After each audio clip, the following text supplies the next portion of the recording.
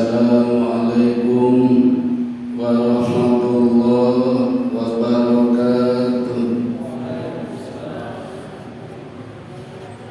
Alhamdulillahilladzi hadana lihada wa ma kunna linahtadiya laula an hadanallah. Asyhadu an la ilaha illallah wahdahu la syarika lahu wa asyhadu anna Muhammadan abduhu wa rasuluhu la nabiyya ba'da. Syukur alhamdulillah, monggo Bapak Ibu saudara-saudara, kita panjatkan kehadirat Allah Subhanahu wa taala yang senantiasa melimpahkan rahmat, taufik, hidayah, inayah dan berbagai kenikmatan kepada kita sekalian. Di antaranya adalah kenikmatan berupa kesehatan. Dengan kesehatan malam ini kita bisa hadir di Majelis Ta'lim Obama, obrolan agama malam Ahad. Terbukti kita sehat malam ini. Yang hadir di sini tidak ada yang berangkat dengan menggunakan ambulan, tidak ada yang dipikul atau ditandu pakai banduso. Saya juga melihat tidak ada yang diinfus, berarti sehat semua. Mudah-mudahan sehatnya wal afiyat, sehat yang berbarokah. Sehatnya digunakan untuk amal soleh, mengaji, menuntut ilmu, zikir, sholat, baca Quran, beramal dan lain-lain. Itu namanya sehat wal afiyat. Apa ada sehat yang tidak walafiat? Banyak. Orang-orang yang badannya kuat, gagah perkasa, tapi tidak digunakan untuk kebaikan. Kekuatan fisiknya untuk begadang, pasang nomor, banting-bantingan, geledeh, ngadang wong. Itu namanya sehat yang bukan walafiat. Mudah-mudahan kesehatan kita walafiat. Amin ya rabbal alamin. Bapak Ibu, malam ini masih kajian kita seputar As-Sirah Nabawiyah dan akan kami lanjutkan episode yang kedua untuk Nabi Musa alaihi salatu wassalam.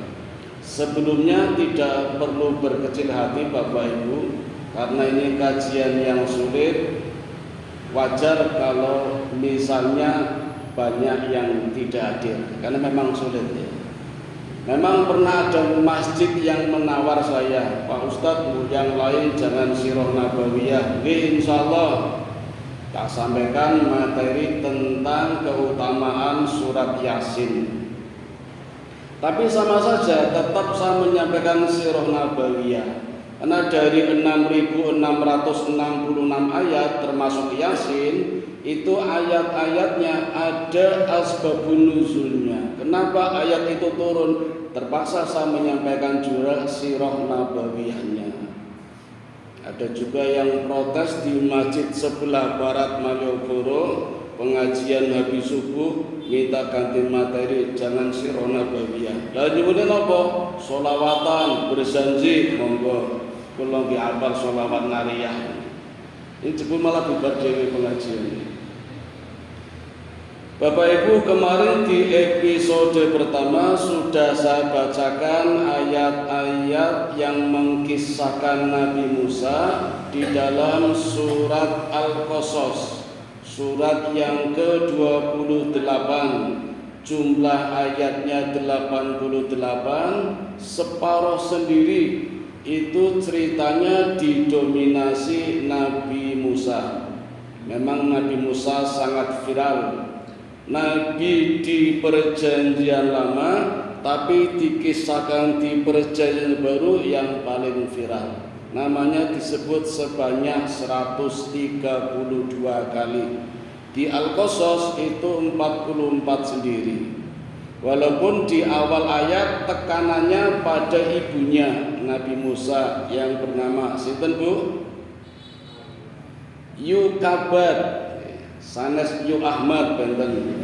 Niku koncone Yujum Yunarni bakul gudeg niku. Niki Yukabat. Yukabat itu anaknya Lewi.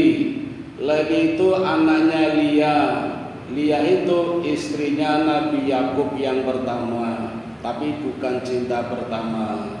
Anaknya 6. Simon, Ruben, Yahuda, Lewi, Isahar, Zebulon. Lah yang keempat namanya Lewi, menikah dengan seorang perempuan, melahirkan anak perempuan namanya Yukabat. Nah, Yukabat ini punya anak 3, Miryani, Harun, Musa. Kemarin sudah saya sampaikan surat Al-Qasas. Malam ini saya akan mulai dari surat yang lain, surat yang ke-20. Surat apa Pak? Toha. Kenapa nih Pak Toton nih? Dulu pernah tak sampaikan Toha artinya jagoan. Jagoan bisa pendekar, pejuang, pahlawan, bisa juga jago kampung gitu. Dulu pernah tak sampaikan ketika masuk Islamnya Umar bin Khattab gara-gara tersinggung oleh Allah setelah memukul adiknya, Qur'annya terbuka, dilalah surat yang tampak dibaca oleh Umar itu surat Toha. Seolah-olah Allah mengejek Umar, wahai Umar, dasar kamu kampungan, beraninya sama perempuan adiknya sendiri. Nah, Umar tersadar terus masuk Islam. Nabi Musa pun jagoan, pendekar, pejuang, pahlawan. Jadi sangat pantas bila namanya diabadikan di dalam surat Toha. Nah, malam ini saya akan bacakan beberapa ayat, dimulai dari ayat yang ke-36. Sebenarnya di awal ayat ada, ya, tapi saya mulai dari ayat 36. Monggo disambi mboten napa-napa. A'udzu billahi minasyaitonir rajim. Qala qad utita su'laka ya Musa. Nah, disebut lagi Musa. Dia Allah berfirman, sungguh telah diperkenankan permintaanmu wahai Musa. Seolah-olah di ayat ini Allah mengingatkan kembali, flashback. Dulu Allah pernah menyampaikan kepada ibunya Yukabat, memberikan ilham. Nah, sekarang diungkit lagi, dipertegas oleh Allah di dalam surat At-Toha ayat 36 ini. Ya Musa, telah diperkenankan permintaanmu, kata Allah. Ayat berikutnya, walaqad mananna 'alaika marratan ukhra. Dan sungguh kami telah memberi nikmat kepadamu pada kesempatan yang lain. Berarti dulu pernah, ya. Dulu Allah cerita, ya Musa, dulu pada kesempatan lain aku pernah memberikan nikmat. Diingatkan kembali. It auhayna ila ummika ma yuha, yaitu ketika kami mengilhamkan kepada ibumu sesuatu yang diilhamkan. Nah, ini mempertegas bahwa Yukabat adalah wanita yang ketiga yang diistimewakan oleh Allah selain Asia istri Fir'aun, Maryam bintu Imran.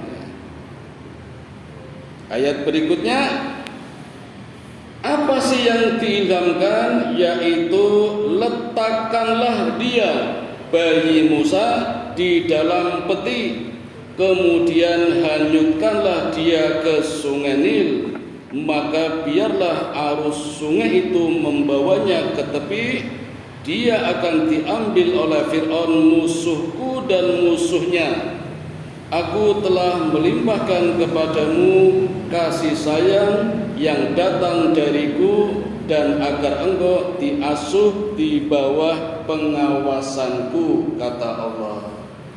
Ini mukjizat Bapak Ibu. Logikanya kan tidak mungkin. Coba kalau misalnya bayi dimasukkan ke dalam peti tertutup, mati. Tapi Allah punya kehendak lain. Musa diselamatkan, tetap hidup di dalam peti yang rapat. Yang kedua, kalau mengikuti arus Sungai Nil yang debit airnya 3.565 ml, itu akan lancar itu. Tapi ini bisa minggir petinya, bahkan menepi dan berhenti di istana. Kalau bukan Allah yang mengaturnya, tidak mungkin. Seperti Nabi Nuh juga pernah mengatakan, ana urid wa anta turid. Aku punya kehendak, Allah juga punya kehendak. Bahasa sekarangnya makar, Pak. Bahasa politiknya makar. Ya, ini sebentar lagi pemilu mesti banyak makar. Ya. Sementara waktu mungkin makar Allah bisa dikalahkan, tapi pada saatnya tidak bisa. Makar Allah lebih dahsyat daripada makarnya manusia. Ini kan cuma Allah melulu saja, dimenangi terus ya. Saya susing medeni, entah saya kapan tidak tahu. Nah itu makarnya Allah. Menyelamatkan Musa, menepikan masuk ke dalam istana. Kebetulan istana Fir'aun ada sungainya, disitulah petinya Musa tersangkut. Bayunya yang namanya Miryani mengikuti dari jauh sampai di mana peti itu ternyata masuk istana dan terlihat oleh istrinya Fir'aun yang bernama Asia, bukan Aisyah. Asia ini istri Fir'aun yang ke-100, Bu. Fir'aun istrinya 100. Apa ada yang lebih? Ada. Kaisar Tiongkok namanya Kaisar Ming, istrinya 1000. Pada setahun 360 hari. Jadi satu istri digilir nunggu 3 tahun baru kedapatan giliran. Perlakuannya sama dengan Fir'aun, sekali pakai buang, sekali pakai dijual, sekali pakai jadikan budak, sekali pakai dibunuh. Timung tinggo pisan, Pak, tinggo pisan didol, tinggo pisan buang, tinggo pisan pateni, tinggo pisan jadikan budak. Hanya Asia saja yang berani, istri yang ke-100. Tadinya menolak untuk dikawini Fir'aun, tetapi karena ibunya dilumpuhkan, akhirnya menerima tawaran menjadi istri Fir'aun. Tapi tetap menolak digauli, makanya nggak punya putra, punyanya anak angkat. Nah namanya Nabi Musa ini, itu nggak mau digauli itu. Luar biasa, begitu berani. Kenapa? Karena mengangkat dirinya jadi Tuhan. Tuhan yang kedua setelah Raja Namrud. Andai saja tidak mengangkat dirinya jadi Tuhan, mungkin Asia mau digauli. Ini gak mau. Luar biasa, kental banget. Walaupun akhirnya meninggal di tangan suaminya sendiri, saking gemesnya Fir'aun membunuh istrinya, KDRT tiap hari, meninggal dalam keadaan senyum, tertawa, jadi malah tambah mangkel itu. Nah ketika Musa sampai di istana, Fir'aun sebenarnya sudah curiga, jangan-jangan ini besok yang akan meruntuhkan istanaku. Allah itu kalau membuat skenario indah sekali Bapak Ibu. Di masa budaya non patriarki, jadi laki-laki dibunuh semua, genosida, pembunuhan ras laki-laki karena kekhawatiran dari tafsir mimpinya. Justru Allah mendekatkan, kan nggak masuk akal Pak. Mestinya kan disembunyikan, lari atau kemana lah, keluar lagi. Malah Allah dekatkan dengan istananya. Allah sendiri berjanji dalam ayat ini, aku yang menjaganya, aku yang mengawasinya, jadi aman. Ini yang pertama. Yang kedua kita lihat, Begitu istri Fir'aun melihat bayi Musa, senangnya bukan main. Kecil, mungil, lucu, imut, dan siapapun yang melihat mesti jatuh hati, termasuk Asia. Maka banyak wanita-wanita berdatangan ingin menyusuinya, berebut itu. Tapi bayi Musa menolak, nggak ada yang mau. Dan ini diketahui oleh Miryami, bakyunya Musa, sehingga berani datang ke istana lalu menawarkan. Miryami bilang, ya Asia, ya Tuhan, aku tahu orang yang mau. Dan Musa senang dengan susunya. Siapa? Ya tentu saja tahu kan ibunya. Maka dipanggil ibunya.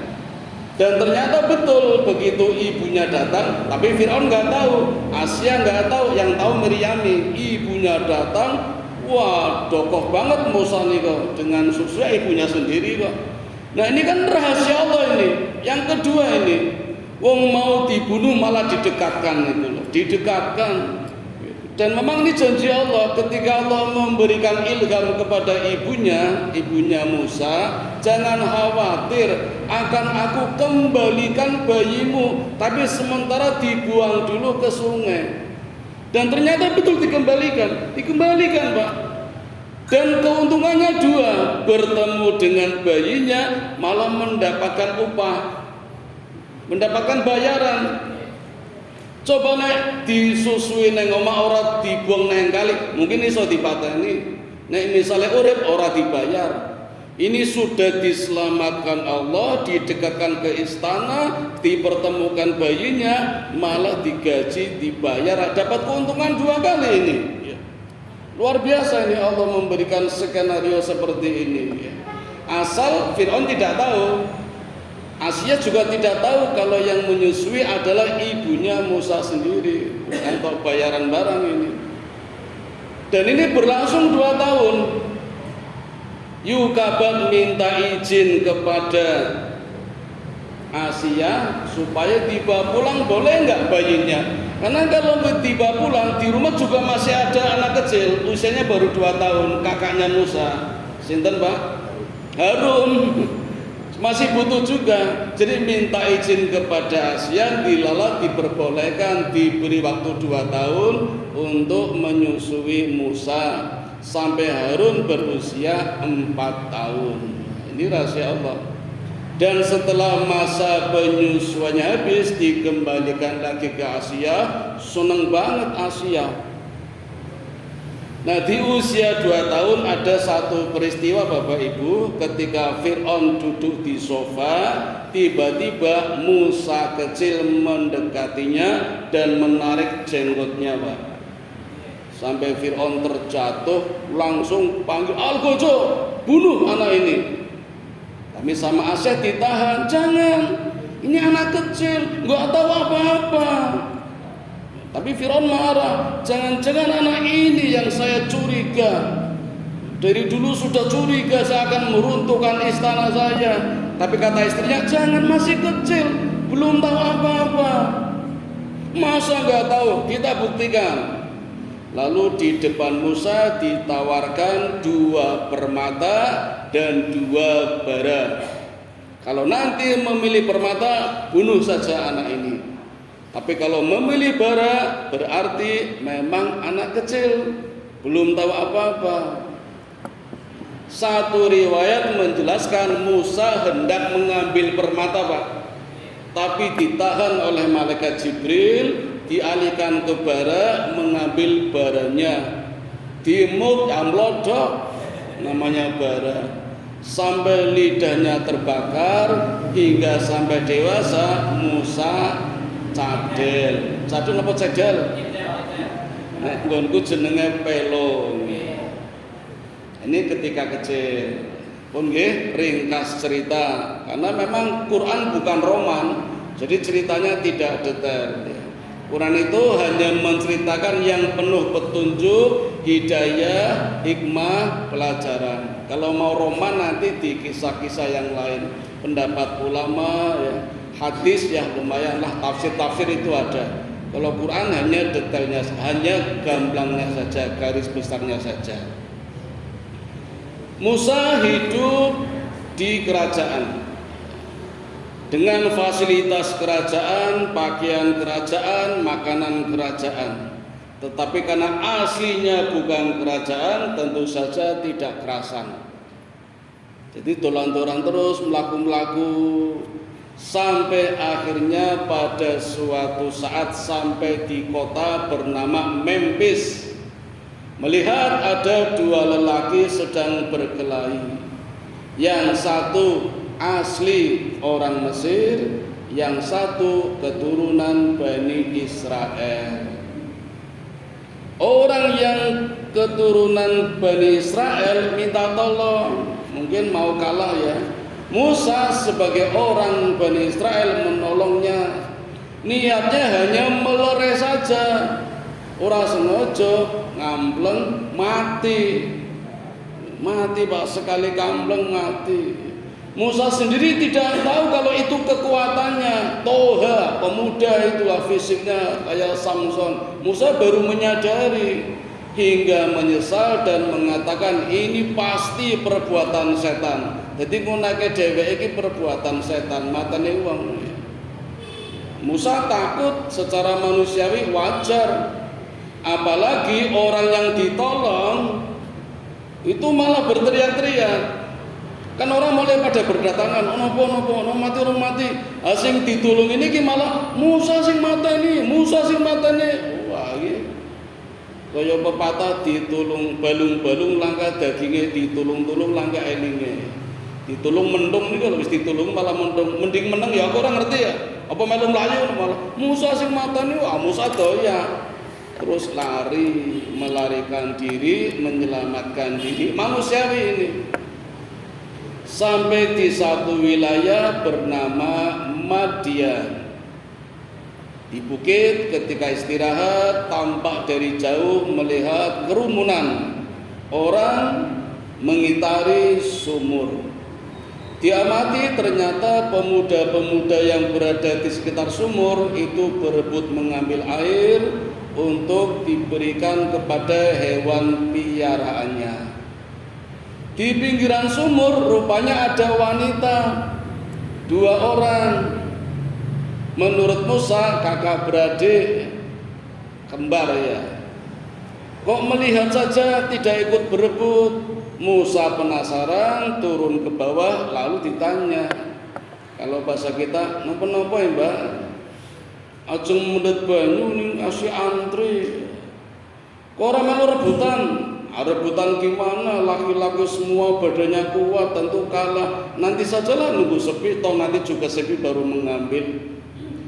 Dari jawaban wanita ini saja Musa sudah paham kalau ini wanita yang punya akhlak yang mulia. Mengalah, tidak ikut berebut.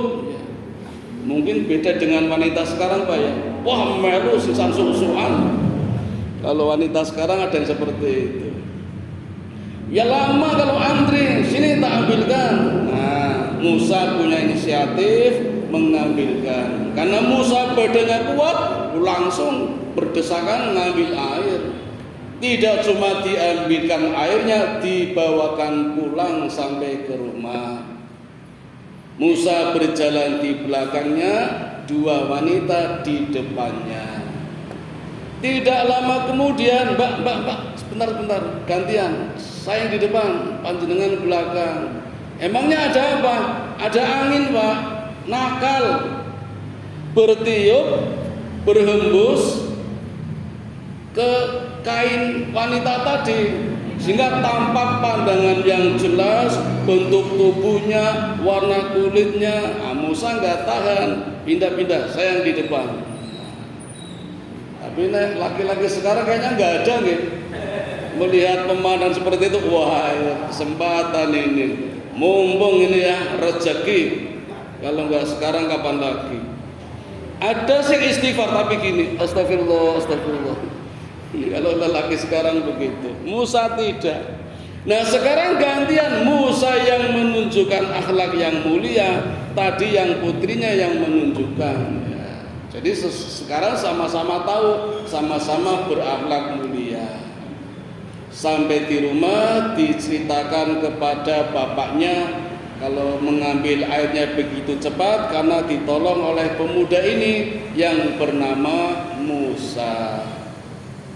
Lalu anaknya ini mengatakan kepada bapaknya, "Pak, bagaimana kalau pemuda ini kita pakai saja tenaganya? Bapak kan sudah tua, kambingnya banyak, dombanya ratusan, sudah tidak ada yang bisa ngopeni." Kata bapaknya, "Ya terserah kamu aja." Maka sejak saat itulah Musa diperkenankan tinggal dan bekerja di rumah dua wanita ini bersama bapaknya yang sudah tua. Ada dua riwayat, Pak. Riwayat yang pertama, bapaknya ini adalah bapak Nabi Syuaib. Alasannya apa? Bapak ini tahu kalau kedatangan Musa itu karena melarikan diri habis membunuh orang. Ini kalau bukan Nabi nggak tahu, Pak. Jadi karena Nabi Allah beritahu, "Saya tahu kalau kamu datang ke sini melarikan diri habis membunuh orang." Maka banyak yang meyakini lelaki tua ini adalah Nabi Syuaib. Tetapi riwayat kedua itu mengatakan bukan Nabi Syuaib, Pak. Karena di dalam Quran dikatakan, Allah berfirman, "Tidak aku turunkan Nabi setelah Nabi Lut kecuali Nabi Syuaib." Berarti setelah Nabi Lut nggak ada Nabi kecuali Syuaib. Padahal dulu saya sudah menyampaikan setelah Nabi Lut, Nabi Ishak, Nabi Yakub, Nabi Yusuf, Syuaib. Ini lompat 4 generasi ini. Jaraknya terlalu jauh. Padahal Syuaib sama Lut dekat. Nah, ini yang sampai sekarang belum ketemu, Pak. Baru dugaan saya bukan ahli sejarah, tapi saya menduga di waktu yang bersamaan Allah turunkan banyak nabi di tempat yang berbeda. Cuma kebetulan kisah yang viral ketika itu adalah Nabi Lut menghadapi kaum Sodom. Sedangkan Syuaib mungkin tidak viral menghadapi kaum Al-Aika, kan beda-beda. Hanya itu saja. Dan memang Allah sengaja tidak memberikan jawaban di dalam Quran, memberikan kesempatan kepada manusia agar belajar. Diharapkan nanti akan muncul ahli-ahli sejarah baru. Nah inilah Pak yang namanya Sirah Nabawiyah seperti ini. Kajian jalan terus, nggak akan pernah selesai. Ditemukan ya. Masih banyak hadis yang mungkin sampai ini belum ditemukan. Karena hadis kan ucapan-ucapan itu ya, ucapan-ucapan ya, dari Nabi masih banyak lagi. Jadi tidak akan berhenti di sini. Pendapat mungkin akan tetap bisa berubah itu. Baik Bapak Ibu, terlepas itu Nabi Syuaib atau bukan. Kalau bukan, ternyata namanya Yitro. Orang alim, orang soleh, ulama bernama Yitro. Itu pendapat yang kedua. Kata bapak ini kalau bisa ya nggak cuma tinggal aja, tidak cuma bekerja, tapi juga menikah. Silakan pilih yang mana, anakku 2. Ternyata memilih yang barat ya. Dan etikanya kan begitu Pak ya. Mau pilih adine. Ini beda dengan Nabi Yakub. Yakub kan pilih adine, Rohil. Tapi sama Syekh Laban sama pamannya justru dijodohkan yang pertama dulu, yang sakit-sakitan, bengkring, kurus, pucet, namanya Lia. Tapi karena ikhlas, walaupun tadinya terpaksa karena bukan cinta pertama, Allah berikan karunia, disehatkan oleh Allah, rahimnya disuburkan, Lia jadi segar bugar, malah anaknya banyak, anaknya 6. Istri yang pertama dari Nabi Yakub. Rohil yang cinta pertama malah belum diberi anak, hingga Rohil merasa tidak enak lalu menghadiahkan budaknya namanya Bilha kepada Yakub untuk dinikahinya, dan lahirlah 2 anak laki-laki. namanya Dan sama Naftali. Lia istri pertama tahu Rohil menghadiahkan budak, masa saya nggak bisa? Saya juga menghadiahkan budak, diberikan kepada Yakub untuk dinikahinya, namanya Zulfa. Allah berikan 2 anak laki-laki lagi, namanya Din sama Ishakar. Berarti berapa? 10 ya?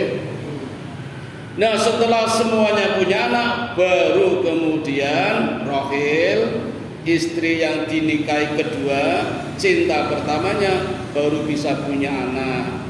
Setelah makan ginseng ramuan Lia, tapi dengan jaminan Yakub disewakan kepadanya. Wangel banget iki, bojo kok disewa-sewakan. Rohil baru punya anak, namanya Yusuf dan Bunyamin. Jadi anaknya 12. Nah, sekarang kembali ke Musa. Sudah menikah dengan anak pertama, namanya sinten Bu? Safuro. Ya, istrinya Musa namanya Safuro. Hari berganti hari, bulan berganti bulan, tahun berganti tahun, ternyata pernikahannya sudah berjalan selama 8 tahun. Hidup makmur, tentrem, totora harjo, sakinah, mawaddah warahmah kalau zaman sekarang deh. Tiba-tiba Musa ingat kalau dulu itu dalam masa pelarian dikejar-kejar orang-orang Mesir karena membunuh orang Mesir, membela Bani Israel. Dan ingat kalau bangsanya sedang ditindas oleh orang-orang Mesir. Karena ingat itu, maka ingin kembali ke Mesir untuk membebaskan bangsanya, bangsa Israel, dari penindasan Fir'aun. Lalu Musa menghadap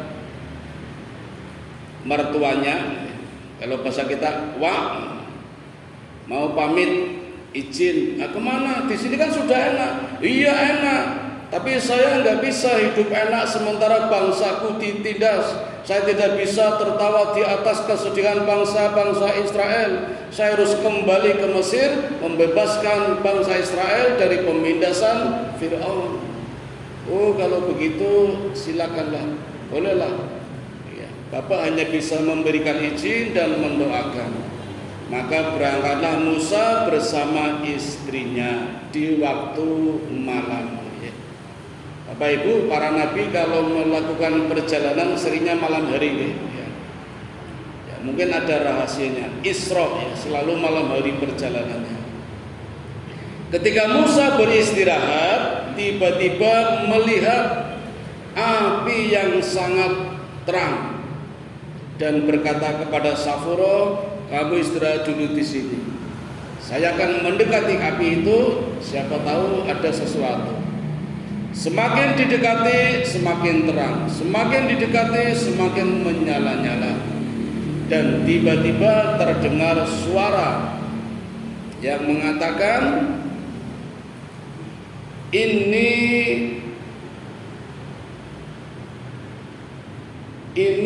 innani anallah, la ilaha ana fa'budni. Sesungguhnya aku adalah Allah, tidak ada Tuhan selain aku, maka sembahlah aku. Ini suaranya tuh yang keluar dari api itu. Maka ya Musa, lepaskan terompahmu. Kamu sudah menginjak tempat yang suci, muqaddasitua, tempat yang suci, maka lepaskan terompahmu. Masukkan tanganmu ke dalam saku, keluarkanlah, maka bercahaya.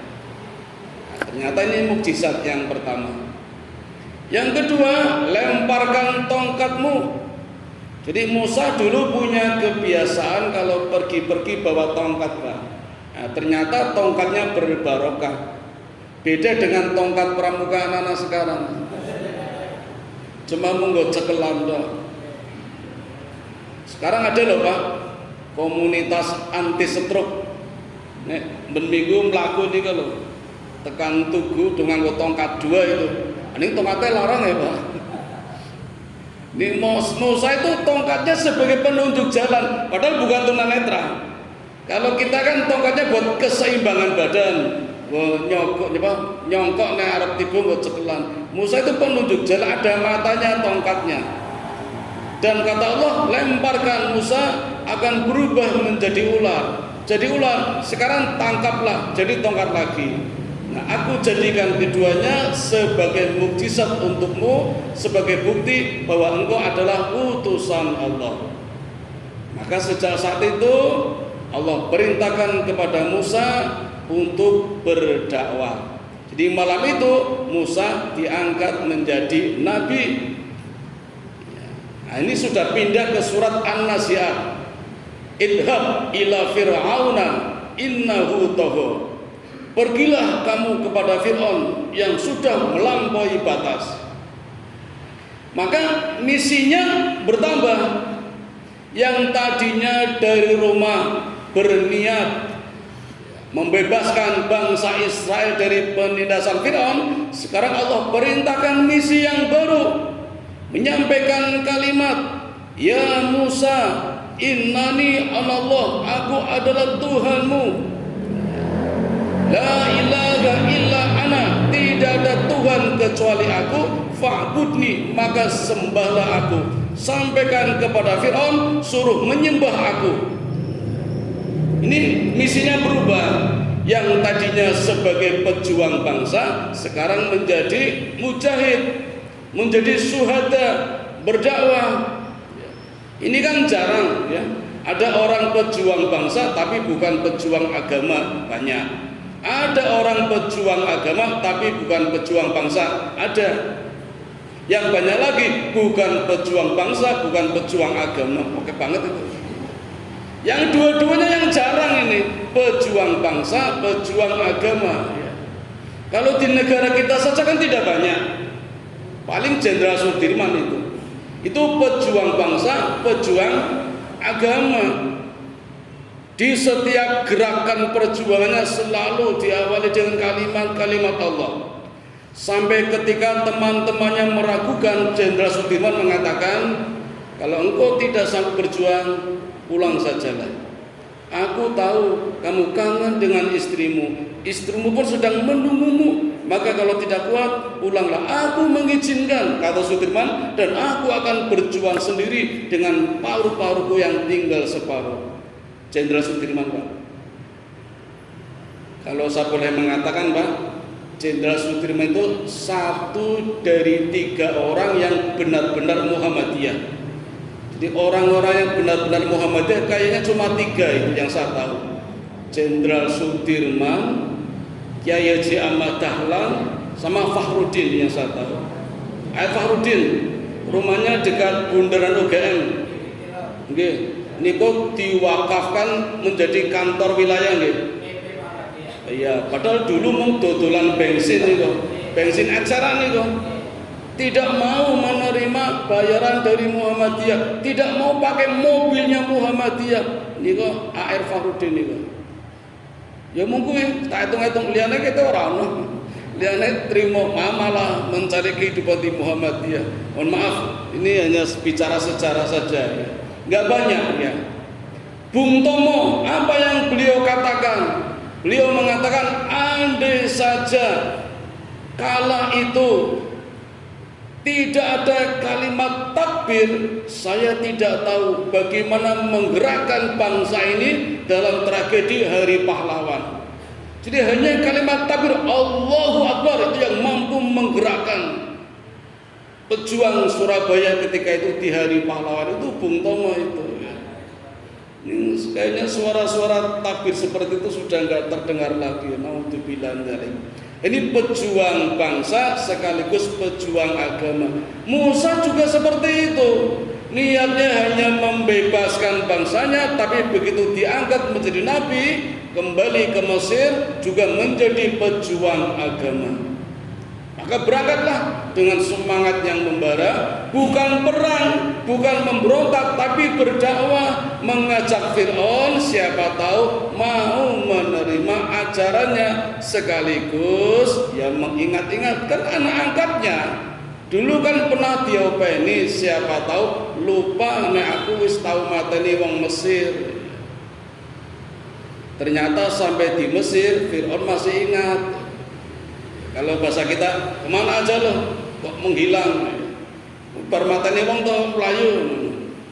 Tapi karena anak angkatnya kan gak langsung dibunuh, ya ditangkap dulu, basa-basi ngobrol kemana saja. Kata Musa, saya di Madian. Ada apa di sana? Ya awalnya memang melarikan diri, memang sang pembunuh. Musa jujur, tidak ngapusi. Dan tadinya saya punya rencana, kata Musa kepada Fir'aun, untuk membebaskan bangsa kami, bangsa Israel yang hidup dalam pemindasan Tuhan.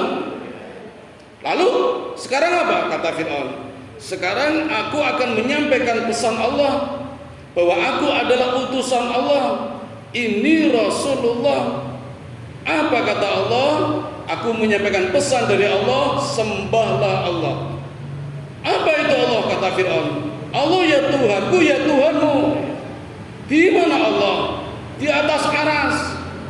Nah, ketika Musa mengatakan di atas aras, Fir'aun langsung memanggil Haman. Haman itu bala tentara Fir'aun, dipimpin oleh pimpinannya namanya Haman. Kalau di Indonesia namanya Abri. Pimpinannya siapa ya? Luhut balik ya. Itu namanya Haman. Haman bikin mercusuar. Wah, orang-orang dulu sakti Pak, bikin mercusuar sehari saja jadi. Lalu Fir'aun naik ke mercusuar, mengambil panah, dipanah ke langit. Karena Musa kan di mana Allah? Di atas aras, di panah itu. Dalam satu riwayat panahnya ditangkap oleh malaikat Jibril, kemudian ditusukkan ke ikan, dicabut, berdarah, kembalikan panahnya, ditangkap oleh Fir'aun. Kata Fir'aun, Musa, ini Tuhanmu sudah aku panah, buktinya berdarah. Ini Fir'aun seperti itu. Bukan itu, Tuhanku tidak kelihatan, Tuhanku ada di mana-mana. Fir'aun malah bingung, tidak kelihatan, satu di mana-mana. Jadi Fir'aunnya bingung. Tuhan apa itu? Tuhan gak pakai kelihatan, Tuhan cuma satu, yang banyak aja tetap kelaparan, apalagi Tuhannya cuma satu. Yang bener aja Musa. Ini terjadi dialog seperti ini. Dialog antara Fir'aun dengan Musa. Lalu bagaimana kalau akan mengakui Tuhanmu? Ya kata Musa, ya syahadat ya. Cuma syahadatnya kan berbeda. Syahadat kita tentu saja berbeda dengan syahadatnya orang Israel. Kalau kita kan asyhadu alla ilaha illallah. Yang pertama ya, karena belum ada Nabi Muhammad. Nah, kalau Musa Sema Yisrael, Yahi Elo Elo, Yahi Echo. Ini bahasa Ibrani Pak, Ibrani Suryani. Sema, kalau bahasa Arabnya Isma. Isma itu dengarkan. Kalau bahasa Ibrani Sema ya Israel, dengarkan wahai bangsa Israel. Yahi Elo Elo, Elo itu Allah ya, sembahlah Allah. Yahi Ekhon itu Ahad, yang Tuhan yang satu. Ini syahadatnya. Jelas saja Fir'aun menolak, tidak mau. Ringkas cerita, terjadilah hal-hal yang sudah memang diduga akan terjadi. Kan gengsi gitu, seorang raja. Kalau bahasa kita, Musa, kamu kan anak angkatku. Dulu kamu kecemplung kali, aku yang angkat. Masa saya suruh menyembah Musa? Gengsi dong. Jadi sebenarnya Firaun itu tahu kebenaran, tetapi karena gengsi kebangsawanannya, raja mengangkat jadi Tuhan, masa mau ikut ajaran anak angkatnya, kan gengsi itu. Jadi menolak kebenaran yang dibawa oleh Musa. Musa sendiri juga sebenarnya mengalami kesulitan di dalam berdakwah karena lidahnya kan pernah terbakar itu. Makanya berdoa, dan doanya sangat viral Bapak Ibu. Rabbis rahli sadri wa yassirli amri wahlul 'uqdatam min lisani yafqahu qawli. Ya Tuhanku, Rabbis rohli sodri, lapangkanlah dadaku, mudahkanlah urusanku, dan bebaskan lidahku dari kekeluhan. Doa ini Pak sering dipakai orang-orang ketika hendak ceramah, akan memberikan sambutan. Sangat diyakini kalau membaca doa ini groginya hilang, orang deg-degan, bisa bicaranya lancar. Monggo dipraktekkan enggak apa-apa. Insya Allah banyak terwujudnya. Ini doanya Nabi Musa. Kalau kita cermati sangat bagus Pak. Rabbis rohli sodri, ya Allah lapangkanlah dadaku. Jadi berjuang memang harus lapang dada, harus sabar. Dawa ususe, nek mboten mangke stres. Kan tugas kita hanya menyampaikan saja, perkara mau atau tidak terserah, tidak bisa memaksa. La ikraha fidin.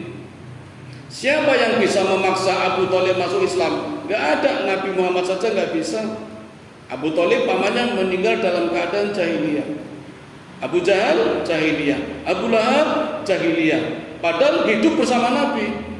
Kita yang tidak hidup bersama Nabi kok bisa Islam? Hidayah Pak. Sulit itu Pak, itu memang urusan Allah. Maka dakwah itu hanya menyampaikan saja. Kalau tidak itu ya makan hati nanti itu ya. Maka perlu mohon kepada Allah mudahkan urusannya. Dan tidak bisa memaksa. Ada prosesnya.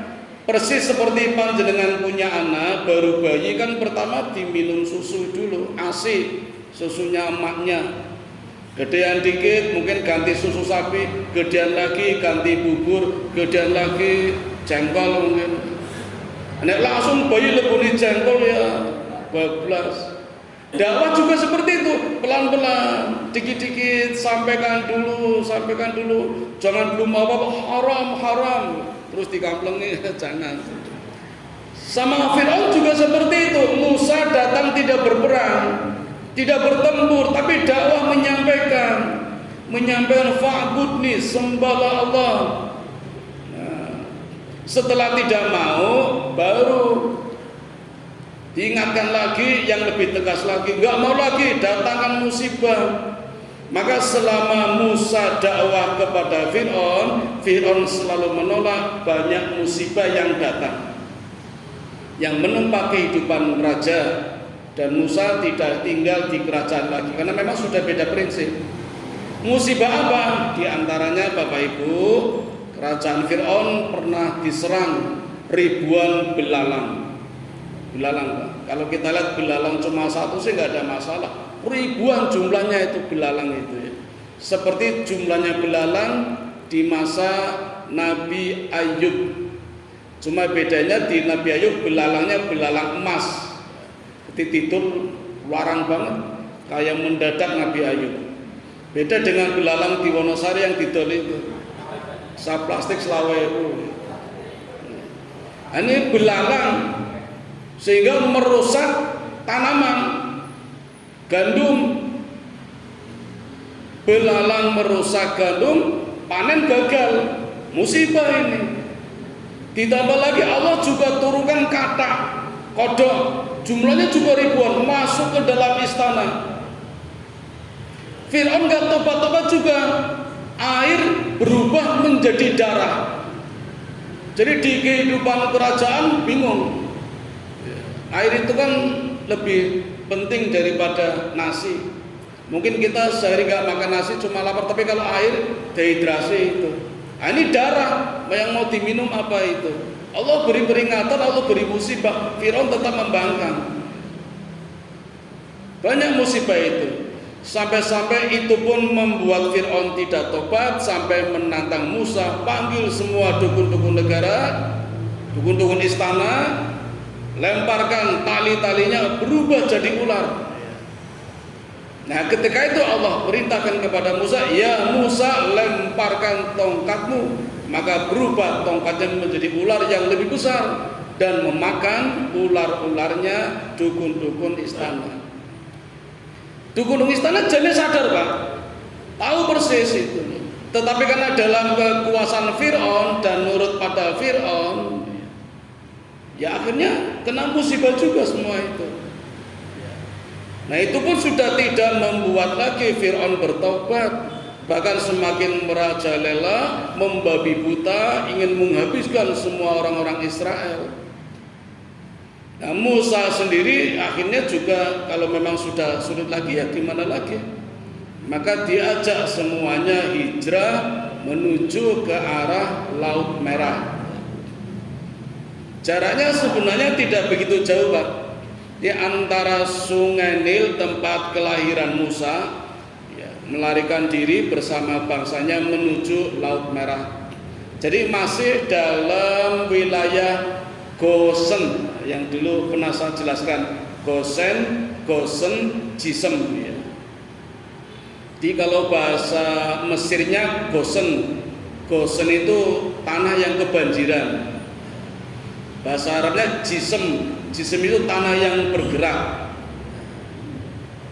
Kita kan ngalami di Piungan 2 kali tanah bergerak sehingga jalannya ditutup, hanya roda 2 yang boleh. Terus yang Imogiri bulan-bulan yang lalu 138 rumah hancur ya, juga karena tanah bergerak. 28 Desember BMKG mengumumkan akan terjadi musibah, ternyata terjadi di Cilegon, hari itu berantakan. Cianjur sampai hari ini masih tanah bergerak. Nah, Lautan Merah yang terbelah oleh tongkatnya Musa memang itu mukjizat ilahiyah, tetapi ilmiah dan bisa dijelaskan secara ilmu. Singkat saja Bapak Ibu, sampai di perbatasan Laut Merah memang Allah perintahkan, ya Musa pukulkan tongkatmu ke laut, maka laut terbelah menjadi berapa Pak? 9 ya. Ada 9 kabilah. Mohon maaf, 12 kabilah. Dan satu kabilah itu luasnya 900 meter. Jadi lautnya terpisah 900 meter. Berarti meh 1 kilo nggih. Berarti jebar banget nih kok. Bayangin kayak jalan tol gini kok. Jalan tol di laut. Kalau ilmiahnya pernah diteliti oleh ahli sejarah, ahli geologi, kala itu memang tanahnya bergerak. Jadi ketika kalau tanah bergerak di gunung, tanah longsor. Tanah bergerak di laut, tanahnya kan ada yang masuk, ada yang ke samping itu. Yang masuk kalau banyak palung-palungnya, seperti Kali Opah nih kan banyak palungnya. Jadi dengan Kali Nesat, coba tinggalikan banyak sumur-sumurnya itu. Dan siapapun yang masuk itu, walaupun ahli berenang nggak bisa. Itu bahayanya Kali Opah nih, ketok anteng tenang, tapi di dalamnya banyak sumur. Tidak nyemplung, walaupun pinter renang, boten sakit. Nah, ora iso. Seringkali meninggal, walaupun ahli berenang. Kaya niku putrane Jawa Barat sinten niku? Nah, teng Sungai Are, belum tahu wilayah wani-wanine nyemplung niku. Ngen kula wonten Pak, jenenge Kali Perpil, Sungai Ketiwon. Begitu masuk Tegal niku, sama niku. Ketika saat itu banyak palung-palungnya. Jadi naik berenang tahu-tahu mlebu. Aneh keyakinan tempat saya ngomongnya dipangan bajul. Bajul niku boyo niku lho, Pak. Boyo buntet jenenge bajul, disedot niku. Padahal yang masuk palung itu. Nah, Laut Merah seperti itu. Bersama dengan angin kencang sehingga air ombaknya naik, sudah terbelah menjadi 12, satu belahannya luasnya 900 meter, itu diterpa angin kencang sehingga airnya ombaknya meningkat. Jadi seperti jalan raya ada berapa itu sesuai dengan kabilahnya. Di kabilah masing-masing kabilah bisa lewat itu. Musa sebenarnya hendak segera ingin menutup ombaknya, tapi kata Allah, tahan dulu.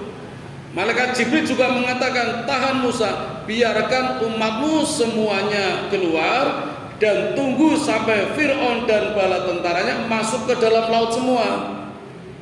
Jadi ini sudah sangat kritis sekali Pak, kritis. Dan memang disitulah Allah memberikan pertolongan kepada hambanya ketika kritis. Seperti Nabi Ibrahim. Jadi kan iso melayu, tapi kenapa nggak lari? Dibakar diam saja. Kritis, Allah menolong. Musa juga seperti itu. Walhasil semuanya terselamatkan, sedangkan Fir'aun dan bala tentaranya segera ditutup, dihantam oleh ombaknya, ganasnya Laut Merah. Tanah juga menutup lagi, selesai sudah. Allah masih menyelamatkan Fir'aun dan masih hidup. Tapi satu riwayat mengatakan taubatnya ditolak. Bahkan malaikat Jibril itu megang kepala, lelepkan lagi itu. Taubat udah ditolak kalau bahasa kita itu. Setelah mati dilemparkan ke daratan, kata Allah, untuk menjadi bukti dan pelajaran bagi yang masih hidup. Inilah orang yang paling sombong, beraninya mengangkat menjadi Tuhan, sampai mati pun masih sombong, masih minta uang, Pak.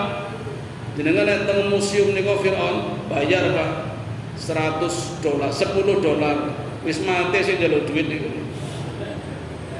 niko Fir'aun, Pak. Sambung jam 9 sampai di sini dulu ya. Berarti harus dilanjut pada episode yang ketiga. Sekedar bocoran saja, nanti episode yang ketiga setelah Fir'aun tenggelam bersama bala tentaranya, Musa bergerak menuju ke Palestina. Nah, di Palestina itulah nanti terjadi masalah sampai hari ini. Perseteruan antara Palestina dengan Israel. Demikian dulu Bapak Ibu yang dapat kami sampaikan. Mohon maaf kalau ada kesalahannya. Sekiranya ada yang ingin ditanyakan, monggo, saya masih punya waktu. Kalau tidak, alhamdulillah. Atau ditutup dulu juga boleh, baru bertanya juga boleh. Saya kembalikan kepada pembawa acara. Assalamualaikum warahmatullahi wabarakatuh. Baik Bapak Ibu jamaah pengajian yang dirahmati Allah, sebelum kami tutup mungkin ada yang mau bertanya? Monggo langsung aja pertanyaannya. Waalaikumsalam.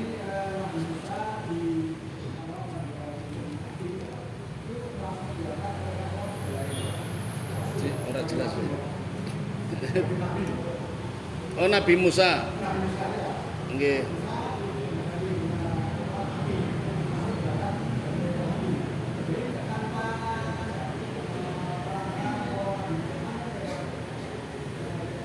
Nggih.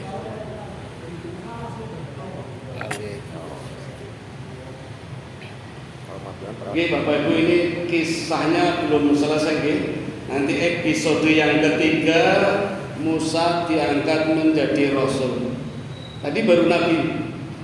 Jadi baru nabi mendapat perintah Allah untuk menyadarkan Fir'aun bertauhid kepada Tuhan yang satu. Innani anallah, la ilaha illa ana fa'budni. Jadi dengan ayat ini Musa diperintahkan menyadarkan Fir'aun. Gak mau Fir'aun tenggelam. Nah, nanti di episode yang ketiga, ketika berada di daerah Ardutih, namanya sebelum masuk Palestina, dan gak bisa masuk karena harus berperang. Umatnya itu gak mau perang. Nah, karena gak mau perang, Musa mendapat panggilan dari Allah untuk naik menghadap Allah di bukit ya. Selama 30 hari. 30 hari. Pada hari terakhir Allah tambah 10 hari. Jadi 40 hari. Nah, nanti ada tragedi. Dalam 30 hari itu ada orang munafik namanya Samiri. Sementara Musa menghadap Allah tambah 10 hari. Nah, ketika itu menerima perintah Allah, Pak. Nah, oleh Allah diangkat menjadi rasul dan mendapatkan kitab ya. Kalau dulu kan filmnya The Ten Commandments, 10 perintah Allah. Ternyata bukan 10, Pak. 320 perintah Allah. Itu di dalam kitab Taurat. Ya, jadi ada jeda waktu. Kalau Nabi kan ayat pertama Nabi Muhammad ya, diangkat menjadi nabi itu ketika turun Al-Alaq 5 ayat. Itu selama 3 bulan. Nah, setelah 3 bulan diangkat menjadi rasul. Ayatnya ya ayyuhal muddatsir. Wahai orang-orang yang berselimut, kum fa'anzir, bangunlah, sampaikan dakwah. Nah, itu sudah diangkat jadi rasul. Nabi jadi rasul selama 3 bulan.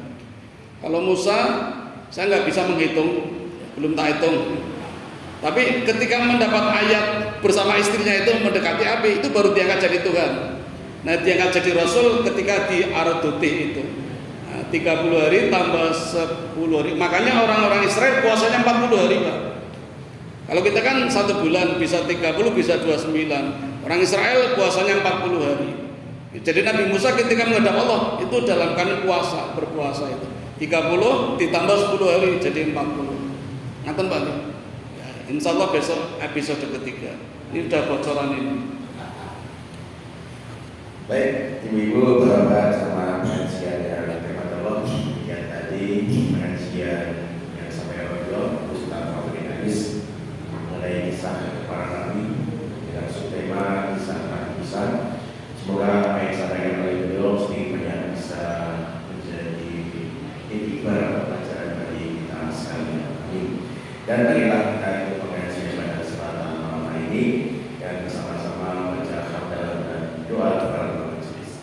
Alhamdulillahirabbil alamin. Subhanallah wa bihamdika asyhadu an la ilaha illa anta astaghfiruka wa atubu ilaik. Assalamualaikum warahmatullahi wabarakatuh. Bawa aja Mas Aziz.